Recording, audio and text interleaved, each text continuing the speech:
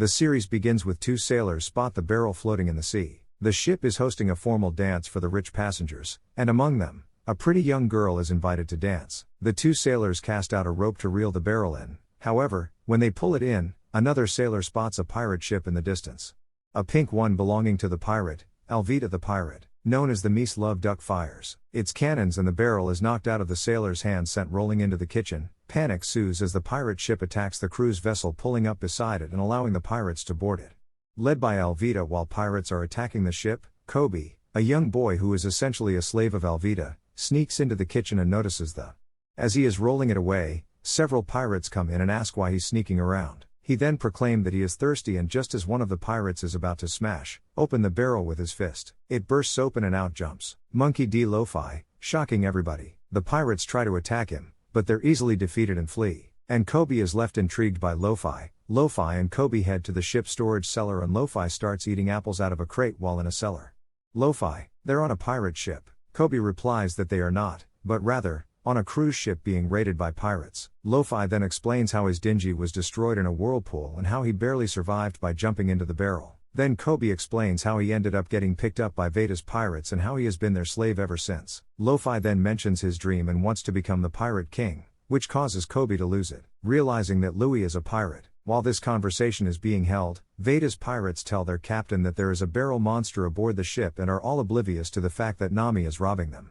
Blind Alvida bursts through the ceiling of the cellar and sees Lo-Fi mentioning how he is not Ro, nor Lo-Fi then asks who the fat lady is. Infuriating Veda attacks, but Lo-Fi picks up Kobe and launches himself out of the cellar and onto the deck. He is attacked by Veda's pirates, but knocks them all out using a Gomago Moon, no rocket attack. When everyone is shocked by this, Louis explains that he is a rubber man who ate the Gomago gnome. Alvida asks Kobe, who the most beautiful woman in the world is. Veda, who had trained Kobe to stay by her side, is shocked when Kobe, inspired by Lo-Fi, stands up for himself and yells that Alvida is a smelly fat old hack. Alvida becomes livid and attacks Hermé, strikes Lo-Fi right on the head, but he stays standing. Lo-Fi proclaims that a normal attack like that won't work on a rubber man, then wins back and uses a Gomo, no pistol attack to send Veda flying, defeating her with one hit. Louis orders Alvida's remaining pirates to get a boat ready for him and Kobe, and they jump into the boat and sail away, briefly seeing Nami and her boat as they head off, sailing out into the Great Blue Sea. Louis asks about the pirate hunter Kobe mentioned. Kobe says that he was captured by the Marines, and Louis announces his intention of asking him to join his crew. This causes Kobe to lose it again while they're speaking. The scene changes to a nearby Marine base where a man with a green bandana is tied to a cross. Looking up, Kobe then explains how Ro-Nor is a demon who takes down men just for the bounty. The boat then arrives at an island where a large Marine base is stationed. Louis and Kobe walk through the town, and at the mention of the names of both Ro-Noa, Zoro and Captain Morgan, the townspeople are thrown into a panic. Louis and Kobe then arrive at the Marine base, where Kobe thinks it will be his goodbye as he plans on enrolling in the Marines. But Louis climbs over the wall and spots Zoro tied to a cross. As the two look at Zoro, a little girl named Rika climbs over the wall with a ladder. She offers some rice balls to Zoro that she made herself, putting her whole heart into it. At that moment, the snobbish Himepo, son of Captain Morgan,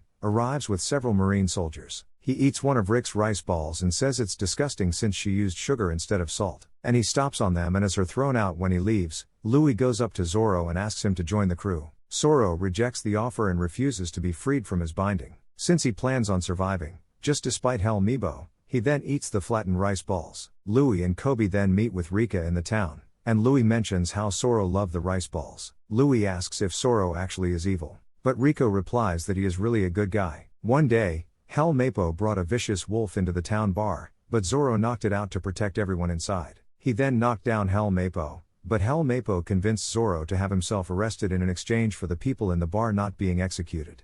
Lo-Fi, Colby, Andika walk into a restaurant and find Helmebo talking about how he's going to execute Zoro the next day. Louis, furious at Helmi's dishonesty, punches him, and Helmebo runs off to complain to his father. Captain Morgan at that time is having a statue of himself erected on top of the Marine base, and he punches his son and calls him worthless after Helmebo tells him what happened. Louis goes to Zoro, but Zoro mentions how his swords were taken away. Louis says he will go get them, so he uses no rocket to launch himself up to the roof with the Marine base. In doing so, he knocks over the statue and causes it to break. Morgan orders that Lo-Fi be executed. So Lo-Fi grabs Helmebo and runs into the base searching for Zoro's swords outside Kobe's, trying to un Zoro, and explains the situation to him. Lo-Fi drags Helm Mapo into Helmy's room where the swords are. Meanwhile, Captain Morgan and his soldiers surround Zoro and Koby, and Morgan orders that they're both executed. The soldiers hold up their rifles and open fire, and Zoro thinks how he cannot die and remembers Ka, however, before the bullets can reach them.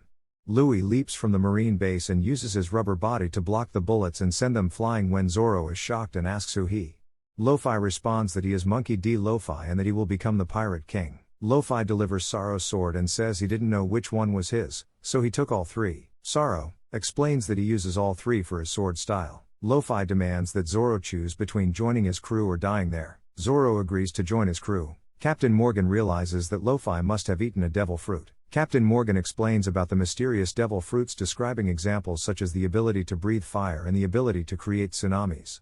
Luffy then hands the three swords to Zoro. In exchange for Zoro joining his crew, Zoro accepts the terms, saying how he cannot die yet, and then he must fulfill his vow. He then says that if Luffy gets in the way of his dream, Zoro will kill him. Luffy uses Goma no Musi to wipe them all out. This makes Morgan livid, so he removes his coat and declares that he is Axe Hand Morgan and will handle the job himself. Luffy accepts the challenge and charges at Morgan, taking a swing, but Morgan blocks with his axe. The two engage in a great battle with all of Morgan's attacks missing and Louis gaining the upper hand, knocking Morgan to the ground and pounding him with his fists. Helm Mapo then puts a gun to Koby's head, ordering that Louis stop attacking or else he will kill Koby. Koby declares that he will not stand in the way of Louis's dream, even if it means death. Louis turns toward Helm Mapo and gets ready to attack, but Morgan stands up behind Louis. Just as Morgan swings his axe, Louis uses Goma no pistol to strike Helm Mapo in the face and send him flying. Morgan's axe, however, does not reach Louis's head because Zoro slashes him across the chest. Morgan collapses on the ground defeated, and Louis, Zoro and Koby are surprised to see the Marines toss their weapons into the air in celebration of their captain's defeat elsewhere. Mami finds the location of a map in the Marine base, but there is a note from Buggy there instead saying he took the map already. Later, Louis, Zoro and Koby are in the town restaurant with Rika and her. They eat their fill, and Rika asks where Louis is headed to next. Louis replies that he is going to the Grand Line to find One Piece, and Koby responds with horror saying how the Grand Line is a dangerous place, also known as the Pirates' Graveyard.